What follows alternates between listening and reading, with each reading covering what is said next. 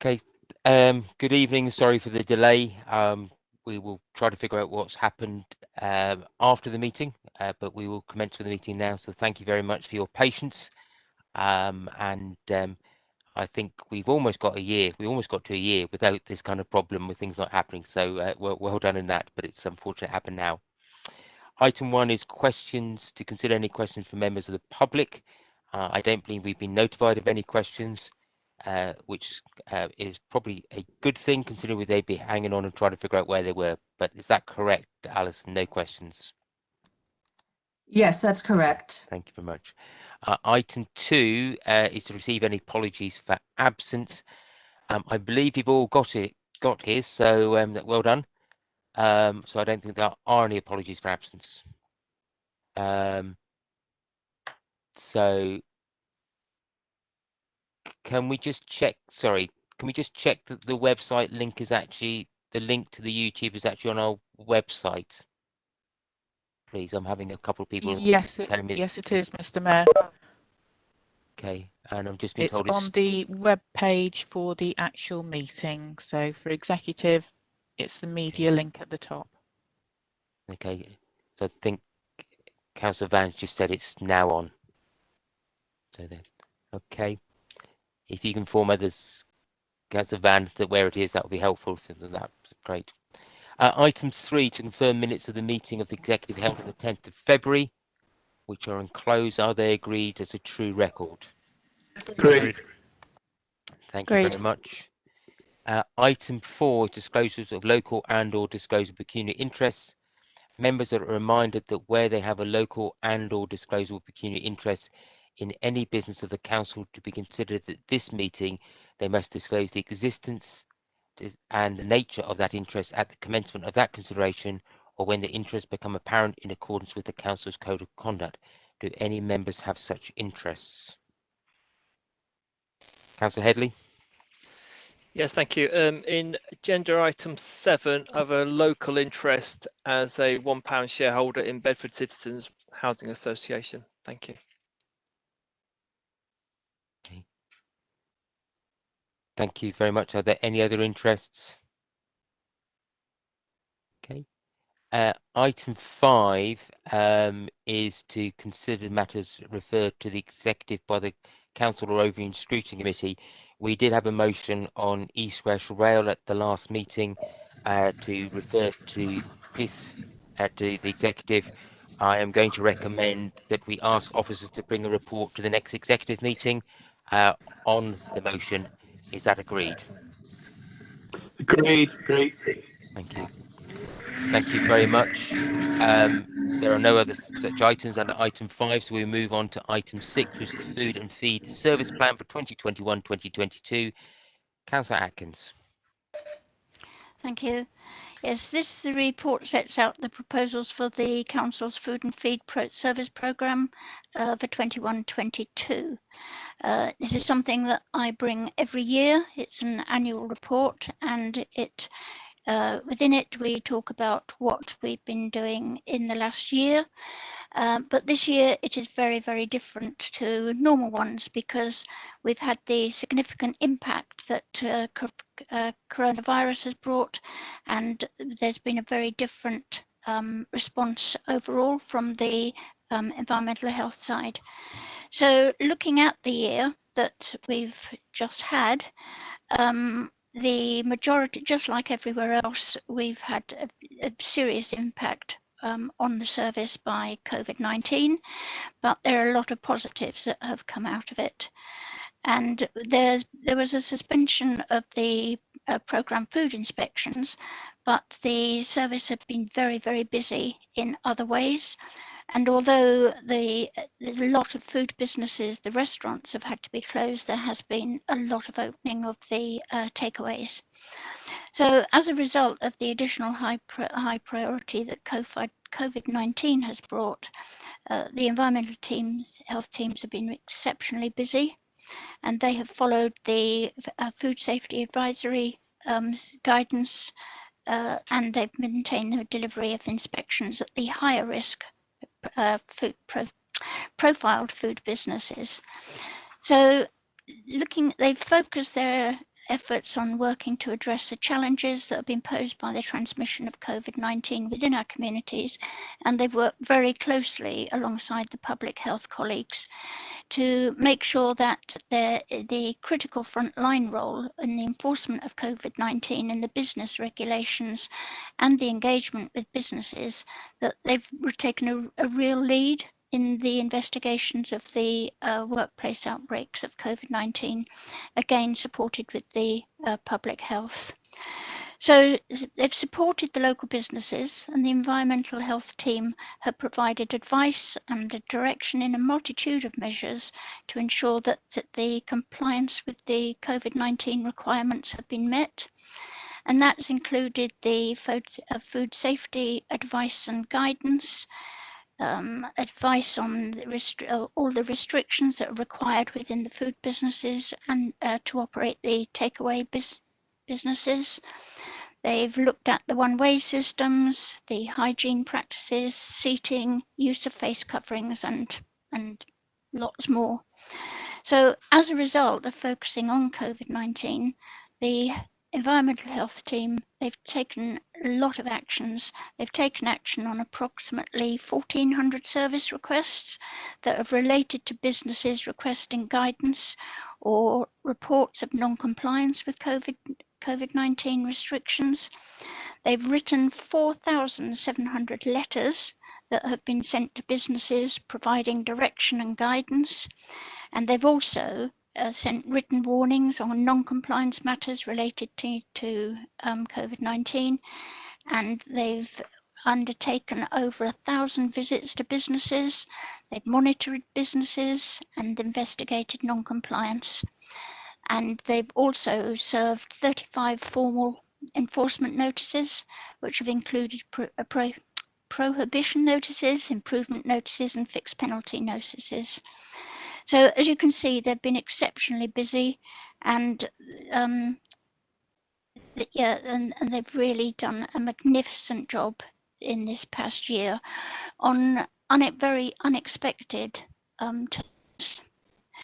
So even with the impact of the overall inspections that, as I said at the beginning, have been suspended, they have still carried out the vital ones, which are 456 food hygiene inspections, 369 food standard inspections, and they've just worked incredibly hard and done tremendous things in the current circumstances, and I would like to thank the team for all the work that they have done. It's been a really magnificent effort, and it has helped keep us and the community safe. So the recommendation is that we approve the Food and Feed Service Programme for 21-22 and that we refer it to full council. Thank you very much, Councillor Atkins. Are there any questions? Councillor Jackson, was that a question? Comment? It's a comment, sorry. We'll move on to comments then. Councillor Jackson. Yeah, I just want to echo Councillor Atkins' thanks to the team, because I know very well how hard they've worked over the course of this year. It must have been incredibly challenging, and they've kept us all safe. I think they've also enabled businesses to continue and offered so much advice and guidance to help them to continue working in a way that keeps us all safe and COVID secure as well. So thank you so much for all the work that you've done, because it really has been quite an incredible feat. Thank you. I'm sure we all want to echo that, and I just wonder whether Mr. Molyneux will pass that on to everybody about the huge amount of work they've done in often rapidly changing circumstances as well, but really is appreciated. Are there any other comments? The recommendations are set out in 2. Are they agreed? Agreed. Agreed. Thank you very much. If we move on to item 7, is review of the council scheme for the allocation of social housing in the borough. Councillor Atkins. Thank you. Yes, this is a significant piece of work. A lot of work has gone into it, and there have been many changes, and partly a lot of the changes have been due to the really good consultation that has taken place, and I will refer to that in a minute. So just to remind everyone that the council, we're not a stockholding authority. We don't have any social housing of our own, but we are responsible for determining the allocations to social housing, and also we have a statutory duty to have a housing allocation scheme to determine who should have access to social housing. The papers went to the Housing Committee, and also last week went to the Budget and Corporate Scrutiny Committee. So there was comments made on it and suggestions. But the more important thing was the public consultation that took place, and there was really, really good engagement with stakeholders. But unfortunately, as we all know, social housing is limited and more people are requesting it than there is availability. So there has to be a means of making sure that there is a fair way of allocating social housing. So the way that is being suggested, and I hope you will agree with tonight, is about the quota system. And this is mentioned at 5.7.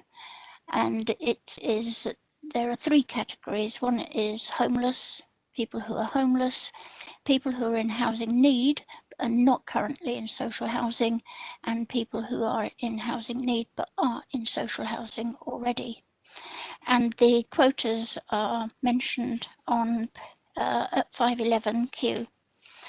And that is that the properties allocated for homeless applications will be 40%, previously 33%, well, currently 33%.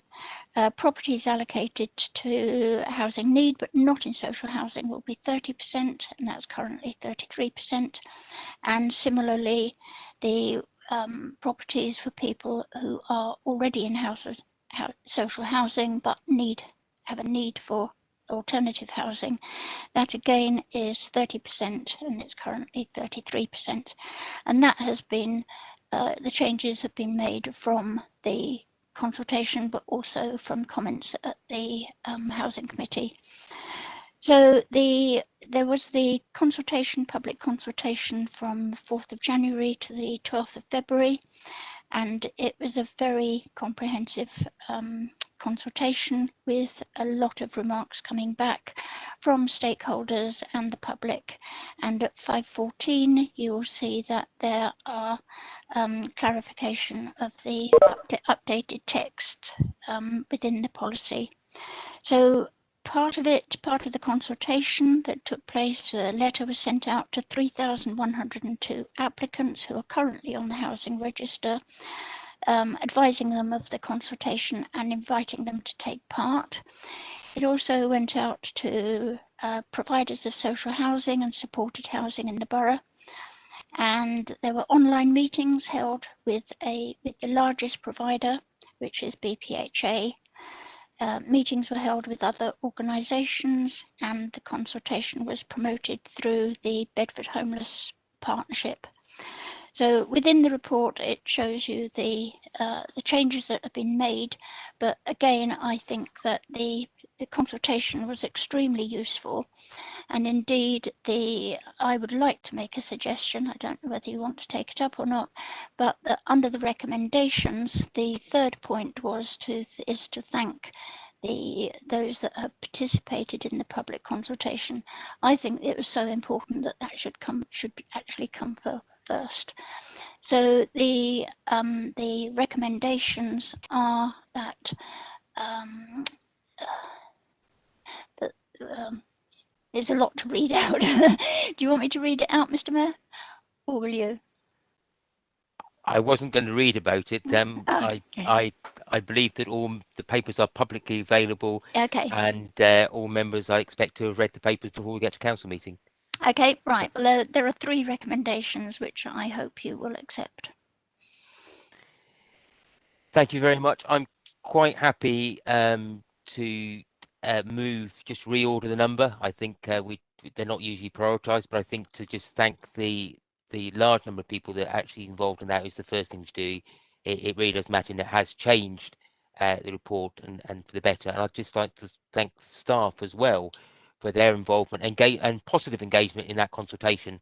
I think they were enthused by the engagement and the challenge, which is always good to see. So if everybody's happy for us to renumber, I will take that as read unless I hear anybody say that.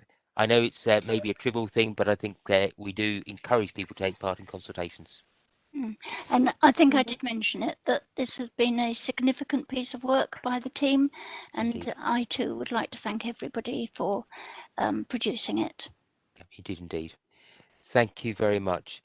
Are there any questions? Are there any comments? The recommendations, it's been through various committees, but the recommendations are set out in 2 on page 72. Are they agreed? Agreed. Agreed. Thank you very much. We now move on to item 8. Item 8 is the Bedford Borough Food Strategy. Councillor Jackson. Thank you, Mr. Mayor.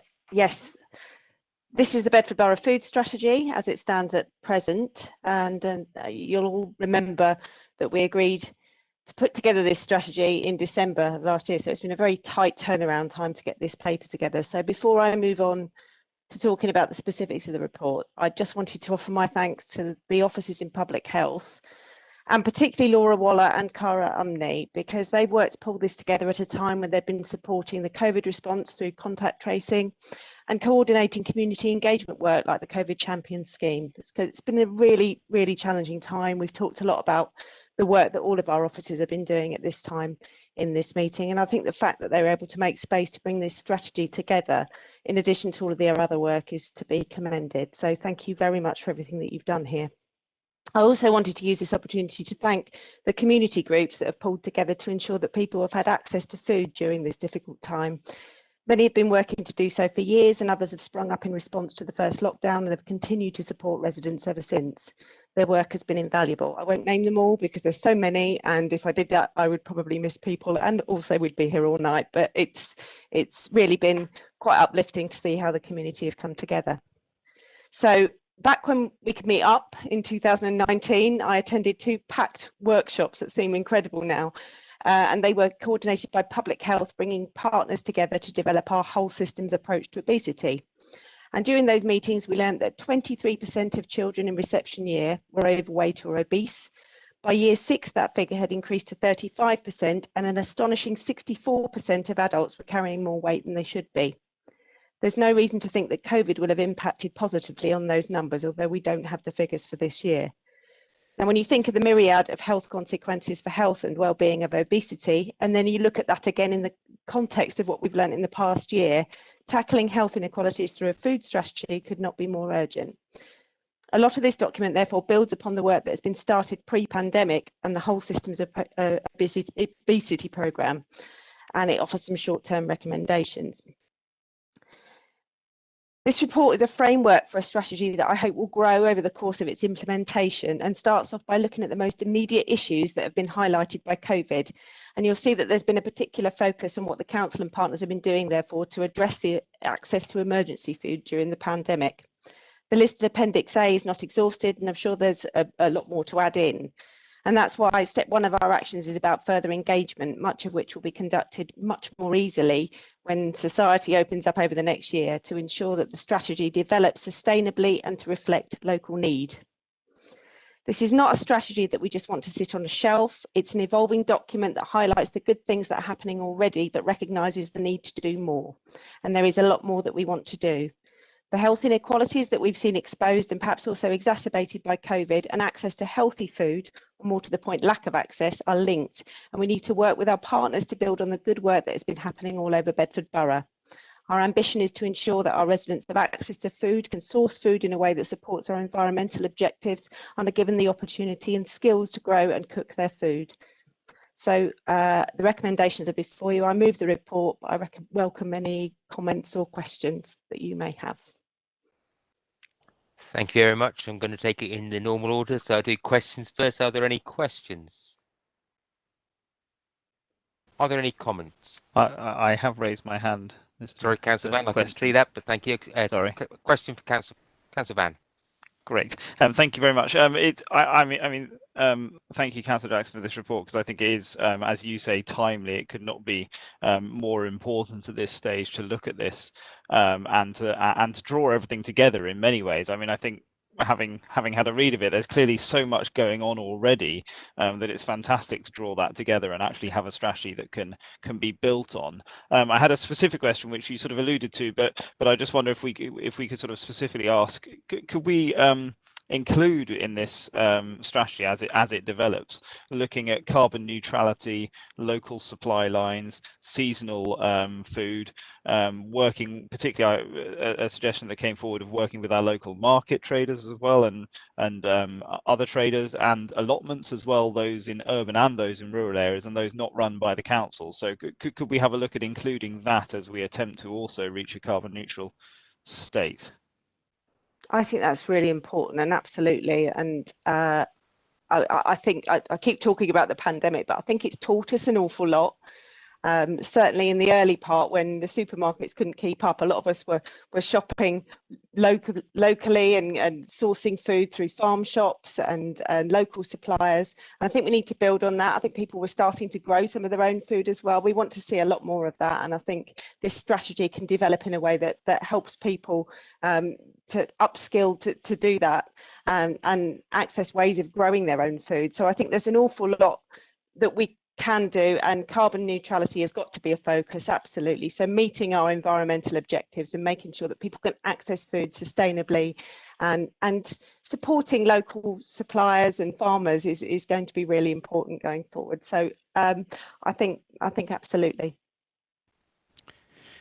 I had a supplementary, if I can, Mr. Mayor. If I can find the mute button, of course you can, Councillor Van. Thank you. Just building on that, I mean, that's a fantastic response as well. Okay.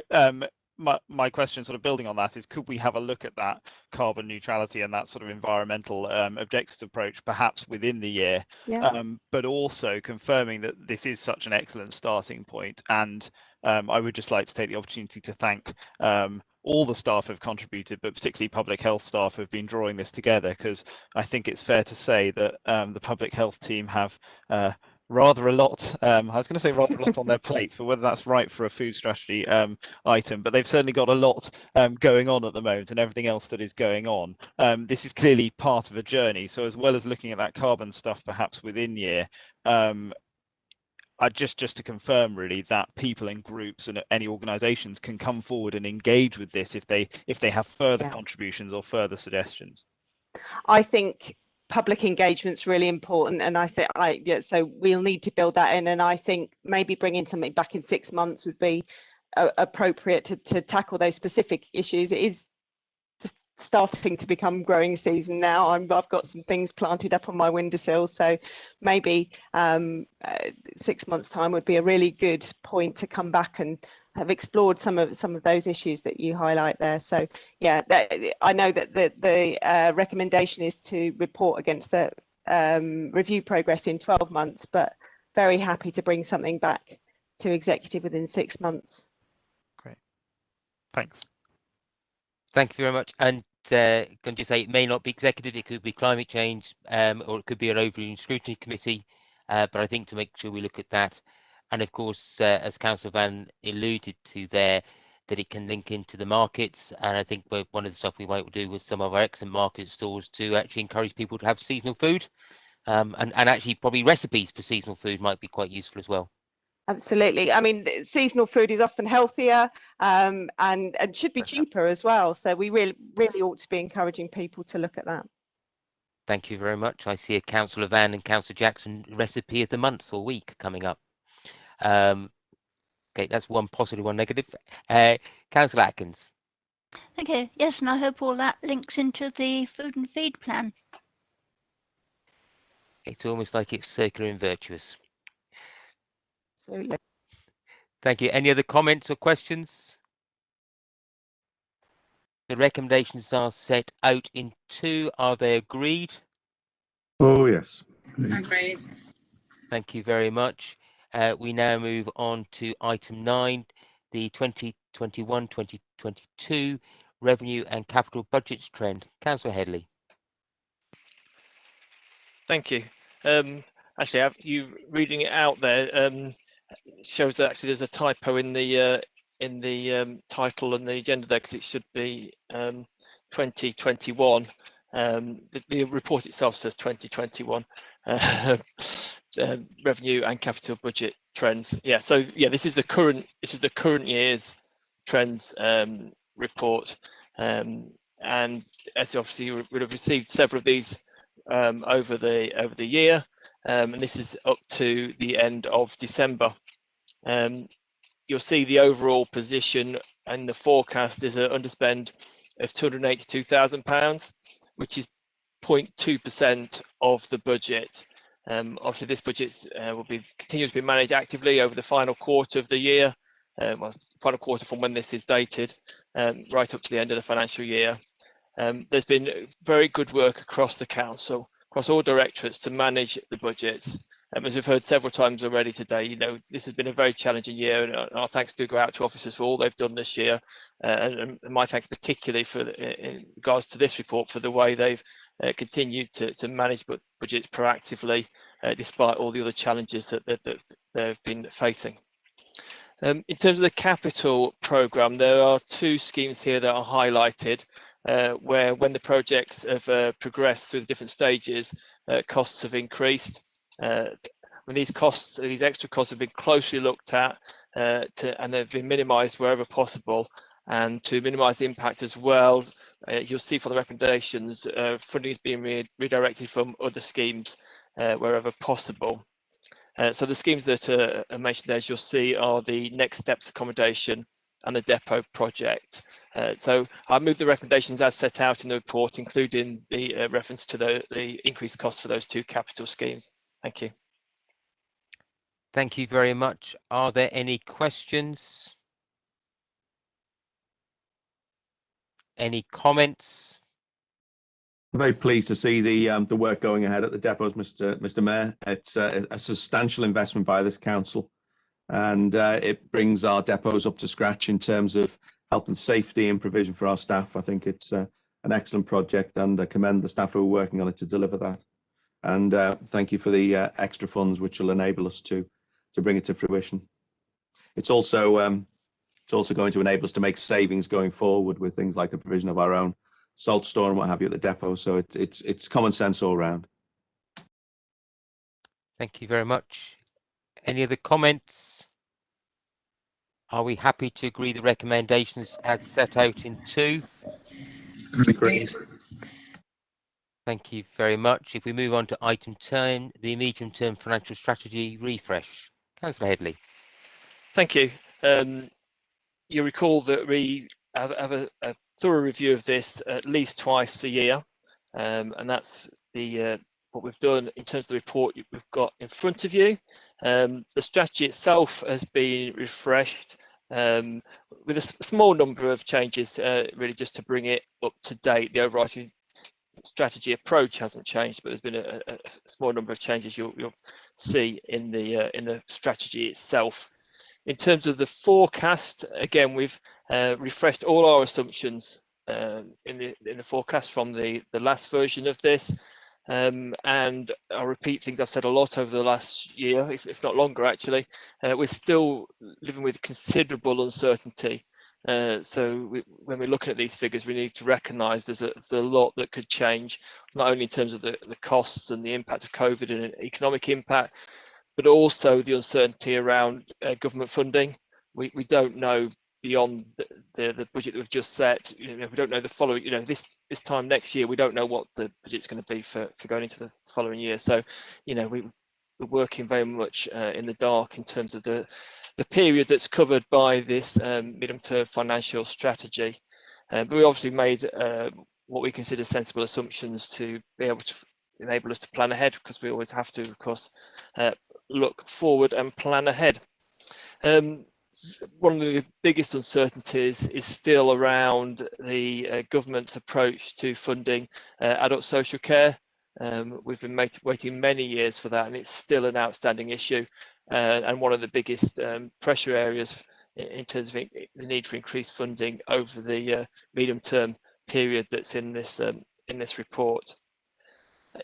The funding gap is on the central case is around £17 million, which is still actually, having refreshed everything, still broadly in line with our existing previous plan and the savings and our transformation plan that's been put in place to deliver savings of that order. So I think what that tells us is that going forward, we need to continue to push ahead with that savings plan and that transformation plan. They are still needed, but they are of a sufficient size to deal with the issues as we currently see them on this central case. So I move the recommendations as set out in the report. Thank you.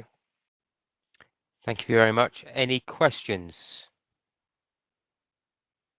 Any comments?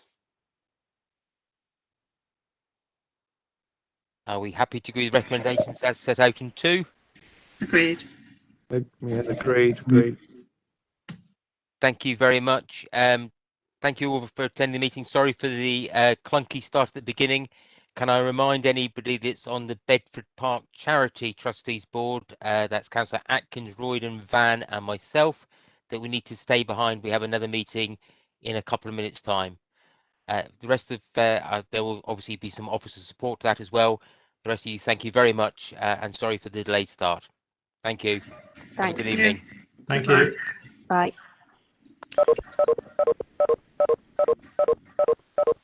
Could I just ask, as well as allowing the 2 minute breather between the 2 meetings, could we check that the link has also been updated on the trustees of the Bedford Park charity agenda on the council website as well as the executive? Yes, Councillor Van, it has. Thank you. It's the original live stream link that we had, Fine, so it's perfect. it should be Great. fine. I'll go and check it as well, but I'm sure Okay, it's so fine. we'll start in a minute and a half. Try to take that long.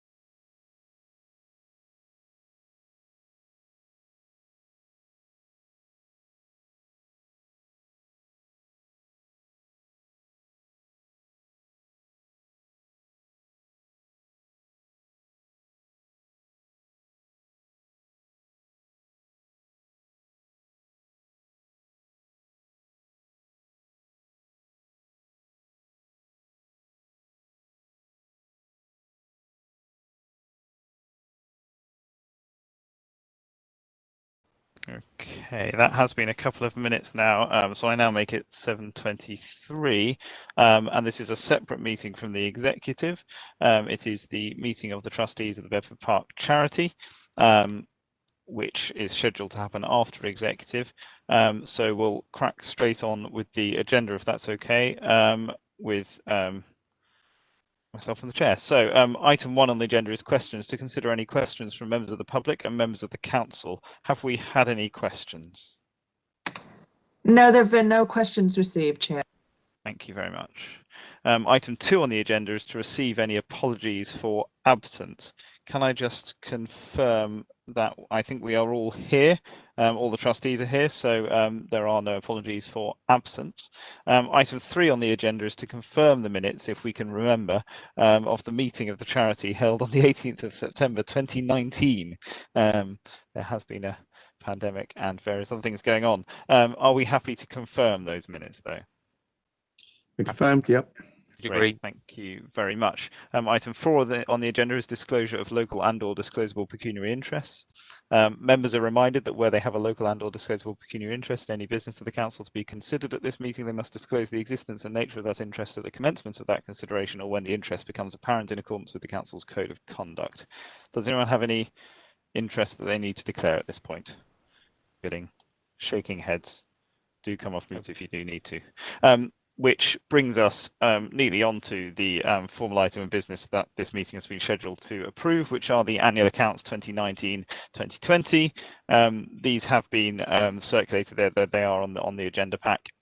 So over to. So I've got to remind myself now. Assistant Chief Executive, Enabling Services. No, that's Andy. Well, it is, isn't it? That's whose report it is. But no, sorry, over to Jill. I thought it was you, Jill, but sorry. Anyway, go ahead. I'm looking very different. Okay, I'm Chief Officer for Financial Control. There you go. There we go. Sorry. That's all right. We'll have to get that updated on the report. Anyway. Okay, so thank you. So these are the accounts of Bedford Park. Because of the pandemic, there has been an extension and the accounts need to be audited, which they have been, and they are presented as audited and sent to the Charities Commission by the 31st of March. Skipping ahead to the end, they need to therefore be signed on pages 4 and 7, assuming you approve them by somebody. We can do that virtually, that's not a problem. So the accounts just set out the income coming in for Bedford Park, which is from rent, from event hire and from ice cream concessionaries, and the running costs, which are, well, the running costs of a park. There is a slight difference in that because we have got new auditors this year, they have treated the fountains slightly differently, and they've treated those as a tangible asset. We agree with that rather than a heritage asset, which has added £10,000 of depreciation, but that's just like an accounting adjustment. It's not a cash flow thing. So as always, any difference in cash flow is met by the council, and we've done that. And that was all I had to say. Any questions? Thank you very much. I guess I was going to ask a sort of more general question, which I think is 2019 to 2020 financial year is what we're approving the accounts for at the moment. Clearly, much of that is before the current state of play and the current pandemic as well. So I suspect we will probably see more of that next year in terms of these accounts. I don't know whether that's a question or would you agree, Jill? I think that's probably, I guess I would agree. I mean, you know, there are, like I said, we get ice cream concessions and the cafe rent and things like that. So things like that will undoubtedly be affected unless ice cream vans, you know, are still paying. But yeah, I think there will be an impact. But obviously, any shortfall in income from outside sources, external sources, is met through the council to make sure that obviously the park's really important. So to keep it running. Great, thank you very much. I mean, the objectives are there in the report and the accounts are all laid out in front of everyone. Are there any more questions? Dave. Yes, thanks very much. I'm going to question, could we please change in page 13, which is the Bedford Parks Trustees Annual Report, section 2, trustee selection method. It mentions 3 members. In 2 cases, we're actually 4 members. So, I select myself as well. So if it's agreeable with everybody, I wonder whether we could share that, change that, Chair. Second that. I presume that's agreeable with everybody because it's an accurate amendment to the annual report. If you don't, Chair, that I have to actually decide who I'm throwing out. Well, indeed. Noted. Are there any more questions from Councillor Atkins or Councillor Royden? Councillor Atkins. Question, comment. No, thank you, Chair. No. Councillor Atkins, comment. Yes, although this isn't to do with the actual accounts, it's a reminder of why we are here and why we are trustees of Bedford Park. And I think this year has been particularly important for the fact that we have such a wonderful, beautiful park, because it really has been a way for people to escape from the pandemic, whether they are exercising, whether they are just enjoying the surroundings, or when they are allowed to meet with the COVID restrictions within the park. But the comments that come back about the park and about the beauty of it is just, it makes me proud to be a trustee. Endorse that, and I can see nodding as well from other trustees. I think you're absolutely right, Councillor Atkins. Thank you for that comment. Are there any more questions other than our thanks to all the staff who do look after the park? Thank you very much. So with that in mind, that the recommendations are in front of you, in fact, to approve these accounts. And are they agreed? Agreed. Agreed. Fantastic. That brings to a close this meeting, and that is the last meeting on this channel. So that's item 5, the end of. So thank you very much, and have a good evening. Thanks very much. Leslie and Alison, can just thank you for the lack of panic at the beginning of this channel's broadcast. We very much appreciate it. Yes. Thank you. Seconded as well. Thanks very much.